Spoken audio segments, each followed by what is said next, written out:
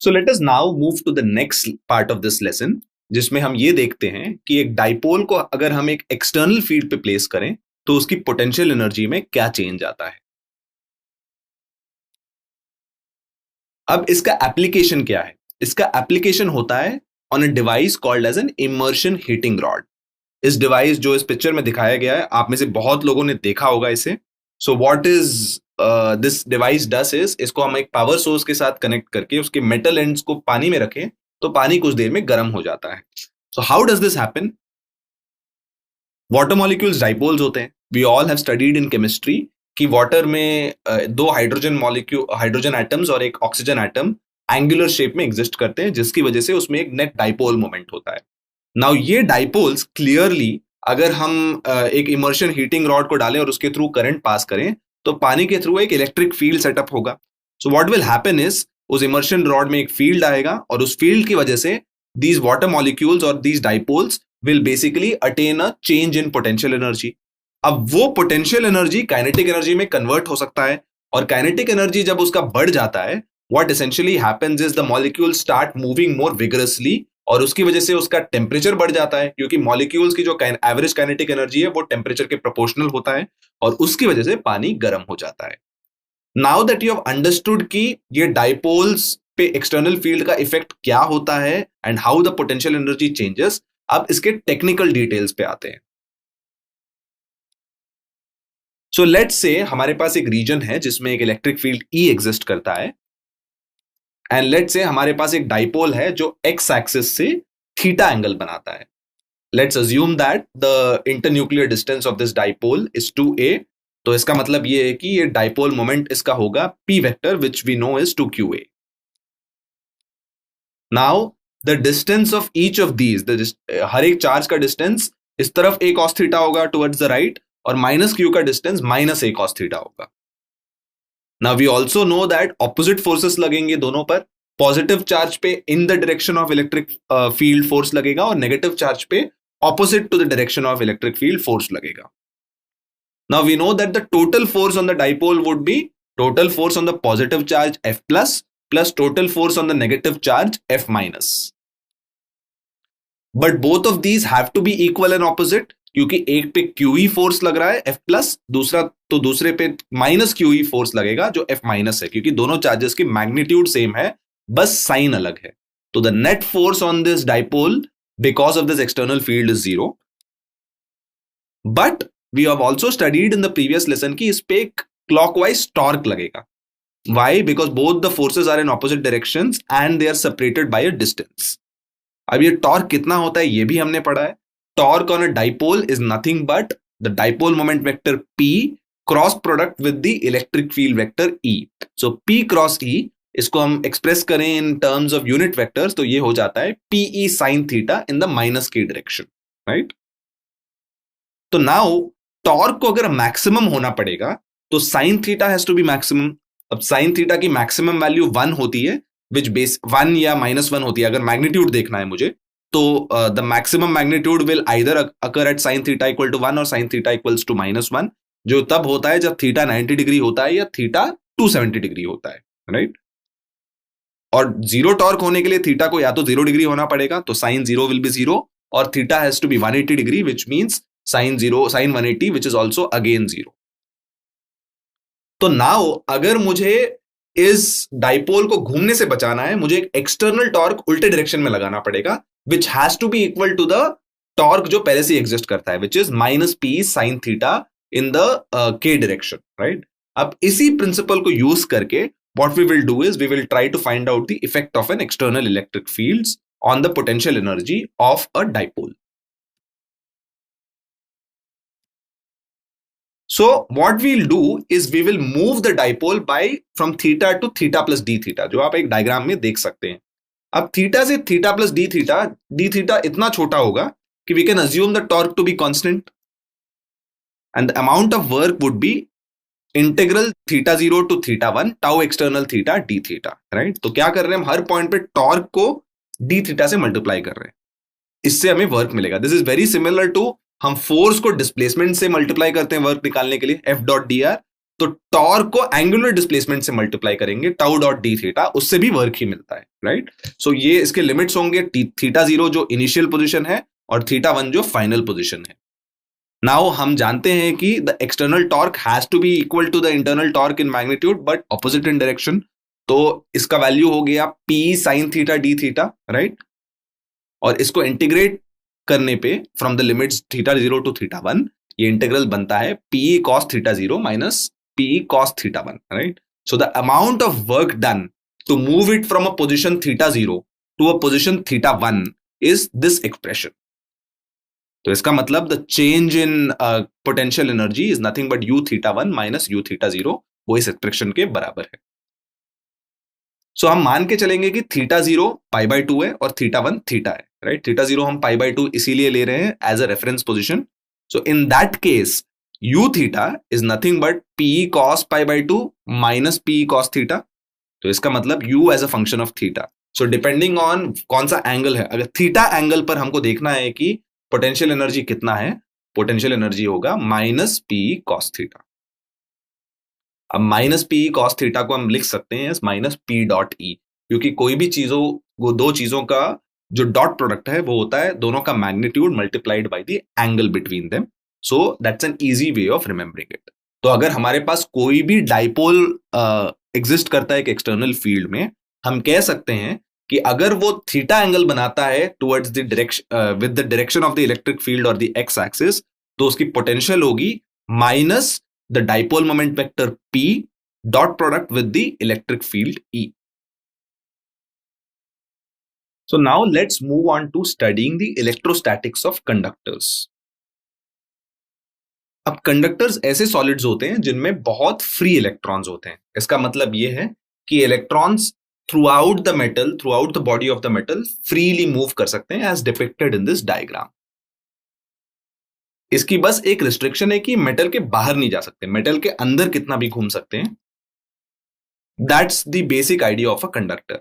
Now let's see basically what happens अगर हम इसमें एक फील्ड लगाएं। तो मैं क्या करने वाला हूं, I am going to apply a field from the right hand side to the left hand side, which basically means negative X direction में मैं एक फील्ड लगाने वाला हूं। तो यहां देख सकते हो मैंने नेगेटिव एक्स डायरेक्शन में एक फील्ड लगाया as indicated by those green arrows. तो वो पॉजिटिव एक्स एक्सिस की डायरेक्शन से नेगेटिव एक्स एक्सिस की डायरेक्शन की तरफ फील्ड लगाया हुआ है। What you can see is happening to the electrons, वो इलेक्ट्रॉन्स जो पहले रैंडमली मूव हो रहे थे अब सब एक लाइन में मूव हो रहे हैं। और वो कैसे मूव हो रहे हैं, they are moving opposite to the direction of the field. ये एक्सपेक्टेड है क्योंकि इलेक्ट्रॉन्स नेगेटिवली चार्ज हैं, तो वो अगर वो पॉजिटिवली चार्ज होते तो वो इलेक्ट्रिक फील्ड की डायरेक्शन में जाते, वो नेगेटिवली चार्ज हैं इसीलिए वो इलेक्ट्रिक फील्ड के ऑपोजिट डायरेक्शन में जा रहे हैं। So now that you understand what happens inside a conductor, free electrons होते हैं जो usually randomly move करते हैं but field लगाने पर opposite direction में move करते हैं। अब हम ये देखते हैं कि कंडक्टर के क्या क्या प्रॉपर्टीज होते हैं when it is subject to some electric field.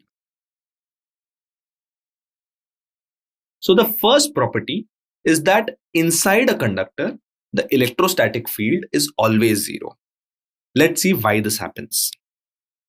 तो अगर हम एक कंडक्टर ले लें, we know that what is going to happen is initially जो अंदर के इलेक्ट्रॉन्स हैं वो रैंडमली डिस्ट्रीब्यूट होंगे, right, and they are free to move within the electron, right, we free to move within the surface and the interiors of the conductor, right.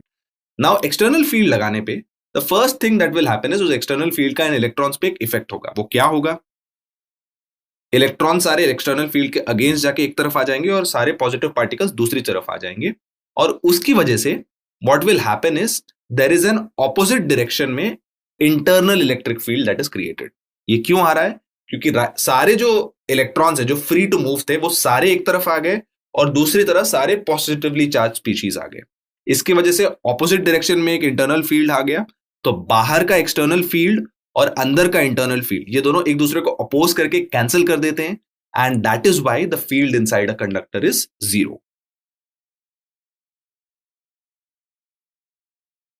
दूसरी property ये है कि किसी भी charged conductor को अगर मैं लूं, उसके सरफेस पर इलेक्ट्रोस्टैटिक फील्ड हमेशा नॉर्मल होना चाहिए। इलेक्ट्रोस्टैटिक फील्ड का डायरेक्शन हमेशा सरफेस के परपेंडिकुलर होगा एवरी पॉइंट पर। सो इन शॉर्ट, आप कोई भी सरफेस ले, जैसे यहां देख सकते हैं, हर पॉइंट पर electric field is normal to the tangent at the surface. ऐसा क्यों है? So let's prove this by contradiction. मान के चलो कि electrostatic field at the surface normal नहीं है, टेढ़ी डायरेक्शन में, जैसे यहां आप देख सकते हैं। तो उसका मतलब क्या होगा? अगर आप एक चार्ज क्यू लो, राइट, उस पर एक टेंजेंशियल फोर्स होगा। तो व्हाट विल हैपन इज, उस टेंजेंशियल फोर्स की वजह से वो चार्ज क्यू मूव करना चाहेगा, but we know that in reality ये कभी होता नहीं है, चार्ज कभी बाहर नहीं निकल पाता है, क्योंकि हमने पढ़ा है कि कंडक्टर की खासियत ये होती है कि charge is always restricted to the metal. इसका मतलब ये है कि this assumption that electrostatic field can be in a non-normal direction वो गलत है, नॉर्मल ही होना पड़ेगा at the surface of a charged conductor. So let's do a concept test based on what we just studied. तो आपको यहाँ पे एक कंडक्टर दिया गया है और कंडक्टर के लिए 4 पॉसिबल फील्ड लाइंस ड्रॉ की गई हैं। Option A, option B, option C, option D, ये चारों ऑप्शंस हैं और आपको बताना है कि इन चारों में correct electric field line representation conductor के लिए कौन सा है।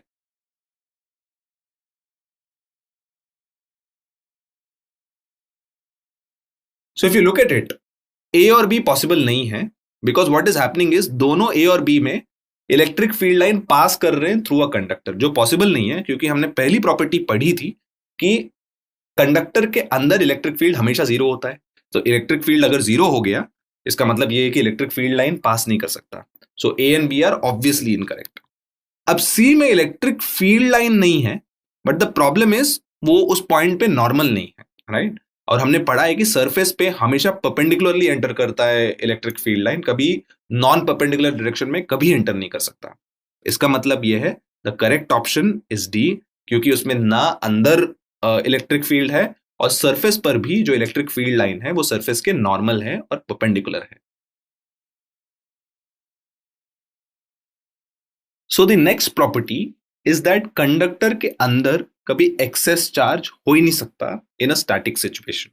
Let's see why this is true. So let's take a conductor जिसपे सरफेस चार्ज लगा हुआ है और हम ये देखना चाहते हैं कि सरफेस चार्ज अंदर क्यों नहीं जा सकता। Now for that we will take a small element inside this, right. अब हम जानते हैं कि ऑन द क्लोज सरफेस जो इस वॉल्यूम एलिमेंट को बाइंड करता है, इलेक्ट्रोस्टैटिक फील्ड जीरो है। सो ऐसे इनफैक्ट बहुत सारे क्लोज सरफेस लूं, इलेक्ट्रोस्टैटिक फील्ड जीरो है। ये क्यों? क्योंकि हमने पहली प्रॉपर्टी पढ़ी थी कि field inside a conductor is zero. तो इसका मतलब हर छोटे एलिमेंट के लिए इलेक्ट्रोस्टैटिक फील्ड जीरो है, राइट। और इलेक्ट्रोस्टैटिक फील्ड जीरो है, गॉस लॉ से हम ये कह सकते हैं कि चार्ज एनक्लोज्ड इज जीरो। इसीलिए सारा एक्सेस चार्ज जो है वो सरफेस पे अगर हमने डाल दिया तो सरफेस पर ही रहेगा, अंदर नहीं रह सकता, क्योंकि अंदर हमेशा फील्ड जीरो होता है। इसीलिए हर एलिमेंट का गॉस लॉ से क्यू एनक्लोज जीरो ही होगा। द नेक्स्ट प्रॉपर्टी जो पिछले प्रॉपर्टी का कॉन्सिक्वेंस है कि कंडक्टर के इनसाइड इलेक्ट्रोस्टैटिक पोटेंशियल कांस्टेंट है। ये क्यों? काफी ऑब्वियस है। अगर अंदर का फील्ड जीरो है, इसका मतलब E होता है minus DV by D R. ये रिलेशनशिप है इलेक्ट्रिक फील्ड और पोटेंशियल का। This mean zero equal to minus DV by D R, जो तभी हो पाएगा अगर V कांस्टेंट है। This means electrostatic potential inside a conductor is always a constant. The next property is that अंदर तो इलेक्ट्रिक फील्ड जीरो होता है, अगर चार्ज कंडक्टर है उसके सरफेस पे जो इलेक्ट्रिक फील्ड है it is equal to sigma by epsilon naught in the normal direction. N cap stands for the unit vector in the normal direction. ये क्यों? Let's see. सो हम कोई भी कंडक्टर ले लें जिसपे चार्ज है, हमने ये तो पढ़ लिया कि चार्ज सारा सरफेस पे ही होगा, अंदर नहीं हो पाएगा because electric field inside is zero. Now हम एक सरफेस पे एक छोटा सा गॉसियन सरफेस लें, राइट, जो एनक्लोज करता है एक small element, right. What this basically means is that Gauss law से हम कह सकते हैं कि integral E dot ds has to be Q in upon epsilon naught. अब E क्योंकि उस छोटे एलिमेंट के लिए कांस्टेंट होगा, उसको मैं बाहर ले सकता हूं। E integral ds is Q in upon epsilon not. तो E डेल्टा s, अब क्यू इन क्या होगा? क्यू इन होगा surface charge density sigma, sigma is charge per unit area, multiplied by the area of that element, that would be sigma delta S divided by epsilon naught. अब delta S दोनों जगह common हो जाएगा, can get cancelled, Hence E equals sigma by epsilon naught. So hence Gauss law की consequence की वजह से sigma by epsilon naught is the magnitude of the electric field and उसका डायरेक्शन हमेशा नॉर्मल डायरेक्शन ही होगा, ये हमने सेकंड प्रॉपर्टी में देख लिया था. Hence E is equal to sigma by epsilon naught n cap. So let's now study a phenomenon called as electrostatic shielding, जो कंडक्टर के अभी अभी हमने जो प्रॉपर्टीज पढ़ी है उसका इस्तेमाल करता है. So we know that conducting body की खासियत ये होती है कि उसके अंदर इलेक्ट्रिक फील्ड हमेशा जीरो होता है, उसकी वजह से पोटेंशियल कांस्टेंट होता है. तो उसके अंदर मैं कैविटी ले लूं, right, that's exactly what is going to happen. उसके अंदर total charge has to be zero, क्योंकि अगर उसके अंदर चार्ज रहा तो कंडक्टर के अंदर एक इलेक्ट्रिक फील्ड आ जाएगा. तो कैविटी का जो नेट इलेक्ट्रिक चार्ज है it has to be zero अगर वो कैविटी कंडक्टर के अंदर है. तो दिस मीन्स उस कैविटी में उसके अंदर मैं एक चार्ज्ड बॉडी भी रख दूं, what will basically happen is उस कैविटी के सरफेस पे थोड़े नेगेटिव चार्जेस आ जाएंगे और बाहर के सरफेस पे थोड़े पॉजिटिव चार्जेस बढ़ जाएंगे. ये इस तरीके से होगा सो दैट कैविटी का जो नेट चार्ज है plus Q is neutralised bye the negative charge in the interior surface of the cavity. तो इसका मतलब क्या है, जो ब्लू नेगेटिव चार्जेस दिख रहे हैं वो उसका टोटल एग्जैक्टली प्लस क्यू के बराबर होगा, ताकि कैविटी का जो नेट चार्ज है वो जीरो हो, जिससे ये एंश्योर होगा कि कंडक्टिंग बॉडी के अंदर ई जीरो हो जाए. So what this basically means is that एक रीजन है जहां पे यूनिफॉर्म इलेक्ट्रिक फील्ड है या इलेक्ट्रिक फील्ड है, उसमें मैं एक कैविटी वाला कंडक्टर रख दूं. What is going to happen is उस कैविटी के अंदर मैं कोई भी चीज रखूं, right, it is going to remain safe in the external electric field, क्योंकि there is going to be no field that is going to affect the internal cavity because field inside that is always going to be zero. So इसका मतलब मैं क्या कर रहा हूं, इस बाहर के चार्जेस से अंदर की चीज को प्रोटेक्ट कर रहा हूं, which is why this way of using a cavity inside a conductor is called electrostatic shielding. So let's do a few concept tests to test your understanding of this lesson. So there are two parts to this question. पहला part ये है कि ordinary rubber तो insulator होता है, but aircraft के जो rubber tyres हैं उनको कंडक्टिंग बनाया जाता है, ऐसा क्यों, right. And the second part is a bird एक हाई पावर लाइन पे बैठा हुआ होता है. Many of you might have seen कि ट्रांसमिशन लाइंस पे there are many birds that are sitting, right, और उस ट्रांसमिशन लाइन की काफी हाई वोल्टेज होती है, बट फिर भी बर्ड को कुछ नहीं होता है. बट अगर if any man touches that उसको इलेक्ट्रिक्यूशन होता है और फेटल भी होता है, कभी कभी डेथ्स आर आल्सो कॉज्ड. ऐसा क्यों है कि बर्ड को कुछ नहीं होता है बट मैन गेट्स इलेक्ट्रिक्यूटेड.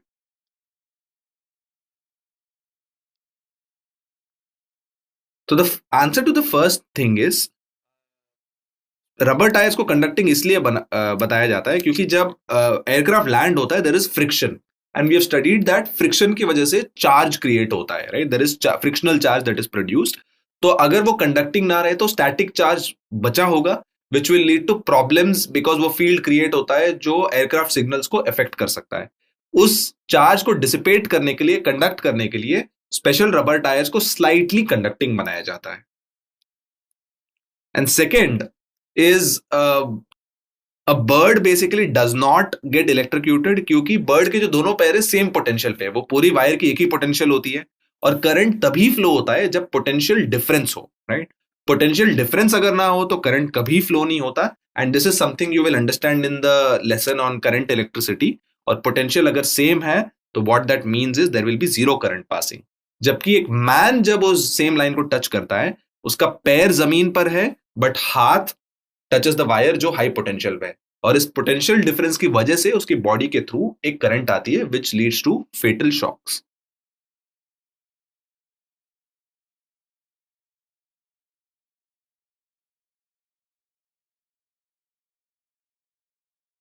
तो चलिए हम आगे बढ़ते हैं to understand the next part of this lesson, जहां पर हम कैपेसिटर्स और कैपेसिटेंस को डिटेल में पढ़ेंगे. तो इस लेसन में हम शुरुआत करेंगे बाय अंडरस्टैंडिंग डाइलेक्ट्रिक्स क्या होते हैं और पोलराइजेशन फिनोमिनन क्या होता है. ये दोनों जो चीजें हैं वो कैपेसिटेंस को हमें समझने में मदद करेंगी. Then we will study about a special type of capacitor जिसका नाम है पैरेलल प्लेट कैपेसिटर. फिर हम ये देखेंगे कि एक कैपेसिटर में डाइलेक्ट्रिक को इंट्रोड्यूस करेंगे तो कैपेसिटेंस पर क्या फर्क पड़ता है, and then we will see capacitors को कंबाइन करने पे कैपेसिटेंस पे क्या इफेक्ट होता है, and finally we will see how energy is stored in a capacitor.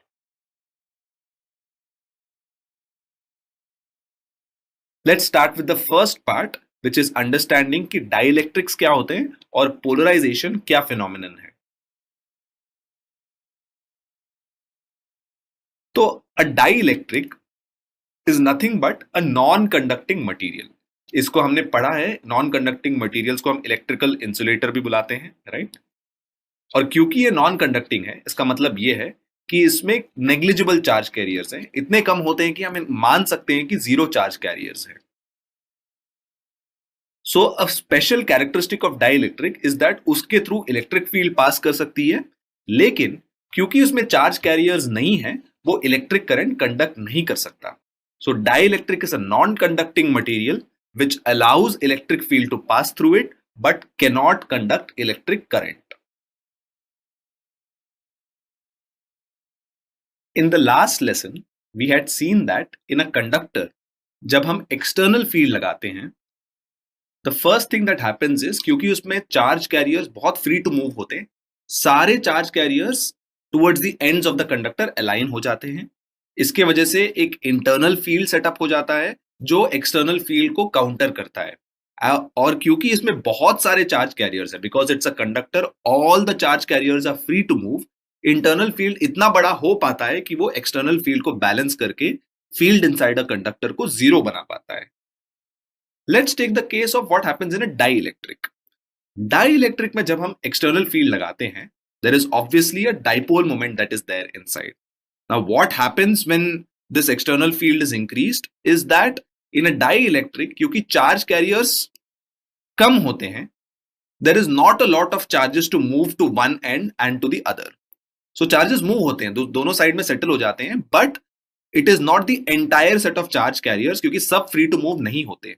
तो इसमें भी एक इंटरनल फील्ड सेटअप होता है, बट ये इंटरनल फील्ड उतना बड़ा नहीं होता है जितना कंडक्टर में होता है, because the charges are not so free to move. Because of this the external field minus the internal field is not equal to zero, और इसी की वजह से डाइलेक्ट्रिक के अंदर एक फील्ड एग्जिस्ट करता है. कंडक्टर में हमेशा फील्ड अंदर जीरो होता है, बट डाइलेक्ट्रिक के अंदर field can be non zero. Now this field being non zero is characterised by a term called polarisation. Polarisation का मतलब क्या है? पोलराइजेशन का मतलब है कि एक डाइलेक्ट्रिक में पोल्स बनाना. So clearly, for instance, what we just saw is that इसमें चार्जेस फ्री टू मूव नहीं होते, राइट? सो सिर्फ जो एंड के चार्जेस हैं वही मूव कर पाते हैं towards both the sides of the conductor, right? तो बीच में न्यूट्रल रहता है एंड एंड्स में पोल्स क्रिएट हो जाते हैं, and there is a field that goes from the left to the right. Hence there are poles created, और ये पॉजिटिव और नेगेटिव पोल्स है जो ब्लू पोर्शंस में हाईलाइटेड है. बीच में भी there are charge carriers, but they are not free to move, और वो प्लस और माइनस उसमें साथ में आ जाते हैं, hence they neutralise each other. इसी की वजह से एक तरफ एक नेगेटिव चार्ज है और दूसरी तरफ एक पॉजिटिव चार्ज है. इस चीज की वजह से एक डाइलेक्ट्रिक में एक नेट डाइपोल मोमेंट आता है जब हम एक्सटर्नल फील्ड अप्लाई करते हैं. और ये जो डाइपोल मोमेंट है, इसको हम वॉल्यूम ऑफ द मटेरियल से डिवाइड करें तो हमको एक क्वांटिटी मिलती है जिसको पोलराइजेशन बुलाते हैं, which is denoted by the letter capital P.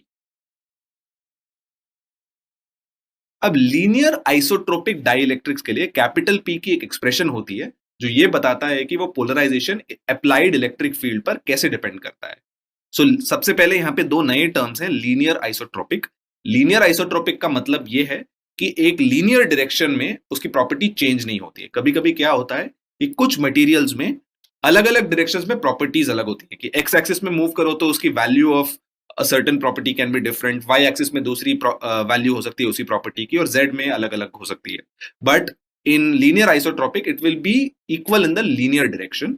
And linear isotropic dielectric के लिए द पोलराइजेशन P जो हमने पढ़ा, which is nothing but the dipole moment per unit volume, is nothing but a constant chi e into the electric field. So polarization is proportional to the electric field, or constant of proportionality is chi e.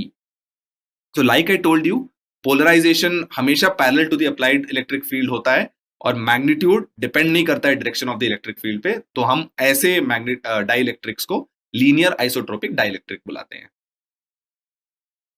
Now ये जो chi e है, so for many of you might think that this is x e, ये Greek letter काई है, it is not x. Chi e is called the electrical susceptibility of the dielectric medium.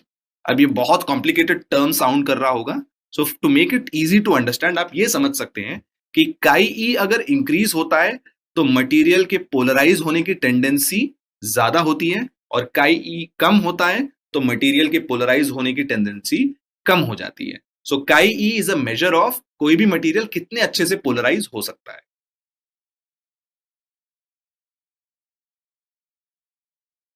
Now there are two types of dielectrics. एक type of dielectric है polar dielectric, और दूसरा है non polar dielectric. Polar dielectric में electric field लगाने से पहले भी there is a non zero value of polarisation.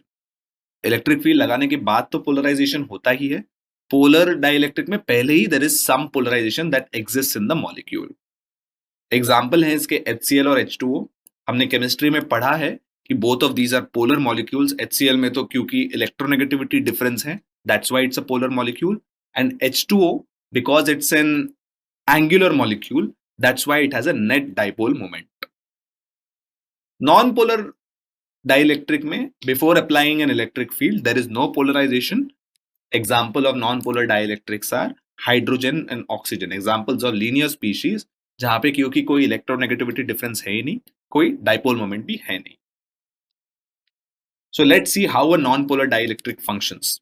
किसी भी नॉन पोलर डाइइलेक्ट्रिक में आप देख सकते हैं बहुत सारे नॉन पोलर मॉलिक्यूल साथ में है, शुरुआत में इनकी कोई डाइपोल मोमेंट नहीं है, एंड जैसे आपने देखा immediately on application of an electric field the individual dipoles aligned in the direction of the electric field, वो सारे लेफ्ट टू राइट डायरेक्शन में अलाइन हो गए, जबकि शुरुआत में ऐसी कोई अलाइनमेंट नहीं थी। All of them were neutral molecules, and जिस डायरेक्शन में इलेक्ट्रिक फील्ड है उसी डायरेक्शन में पोलराइजेशन हुआ है।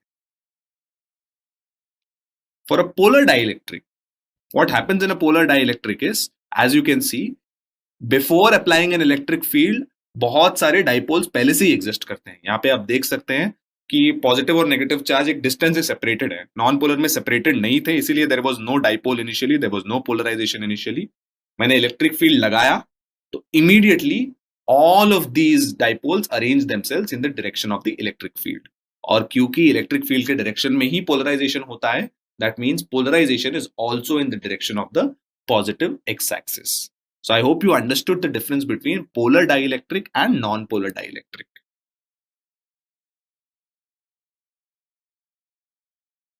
So dielectrics और polarization से closely linked concept है the concept of bound charge. तो हमने थोड़ी देर पहले देखा था कि किसी भी डाइइलेक्ट्रिक में what happens is सारे चार्ज एक साइड की तरफ कभी मूव नहीं करते, because in a conductor we saw that positive और नेगेटिव चार्ज अलग ही हो जाते हैं, और सारे नेगेटिव चार्ज एक तरफ चले जाते हैं और सारे पॉजिटिव चार्ज दूसरी तरफ चले जाते हैं। But in a dielectric जो इंसुलेटर है, ये नेगेटिव और पॉजिटिव चार्जेस इतने फ्री टू मूव नहीं होते हैं, they are bound to each other. तो जैसे आप देख सकते हैं सिर्फ एक तरफ नेगेटिव चार्ज है, दूसरी तरफ पॉजिटिव चार्ज है, कुछ ही चार्ज है जिसका पॉजिटिव एंड एक तरफ पहुंच पाता है, नेगेटिव एंड दूसरी तरफ पहुंच पाता है। बाकी सारे पॉजिटिव और नेगेटिव चार्जेस एक दूसरे से अलग नहीं हो पाते हैं, they are together only. And because of that positive और नेगेटिव चार्जेस के साथ होने की वजह से वो दोनों एक दूसरे को न्यूट्रलाइज कर लेते हैं। सो ये जो हमको दिख रहे हैं इतने सारे चार्जेस जो अलाइंड हैं इन the direction of electric field, positive और नेगेटिव चार्जेस न्यूट्रलाइज होकर जीरो चार्ज के बराबर ही है। तो ये जो पूरा सेटअप है, आई कैन अज्यूम दैट जो बीच के जो भी चार्जेस है वो नेट चार्ज उसका जीरो ही है, right, because anyway the positive charges get cancelled by the negative charge. So ये जो पूरा डाई इलेक्ट्रिक है it is equivalent to left side में थोड़ा नेगेटिव चार्ज है, बीच में even though positive negative charges exist करते हैं और वो न्यूट्रलाइज हो जाते हैं, इसलिए हम मान के चलते हैं कि बीच में कोई चार्ज नहीं है और दूसरी तरफ एक पॉजिटिव चार्ज है। And this what happens here basically happens because जो बीच के चार्जेस है डाई इलेक्ट्रिक के वो बाउंड है, they can not move freely.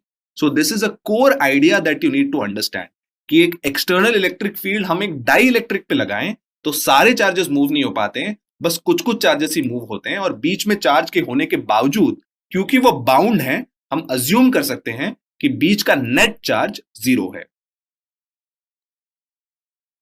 तो इसका मतलब यह है कि जो सरफेस है, द एक्सट्रीम एंड्स, वहां पे एक सरफेस चार्ज डेंसिटी है, और वो सरफेस चार्ज डेंसिटी को मैं सिग्मा पी डिनोट करूंगा, और दूसरी तरफ an equal but opposite sign का सरफेस चार्ज है, उसको माइनस सिग्मा पी डिनोट करूंगा। And the field will obviously, internal field जो ई इंटरनल है, it will obviously be there from the right side to the left side, from the positively charged part to the negatively charged part, because that is how field works. और ये E in less than E होगा, क्यों? क्योंकि in case of a dielectric सारे charges move नहीं हो पाते हैं, तो जो एक्सटर्नल चार्ज है वो काफी बड़ा होता है, और इंटरनल चार्ज कंप्लीटली उसको मैच नहीं कर पाता है, क्योंकि सारे चार्ज मूव नहीं हो पाते. Only a few of those charges are able to reach the surface. Hence, E internal is always less than E in case of a dielectric.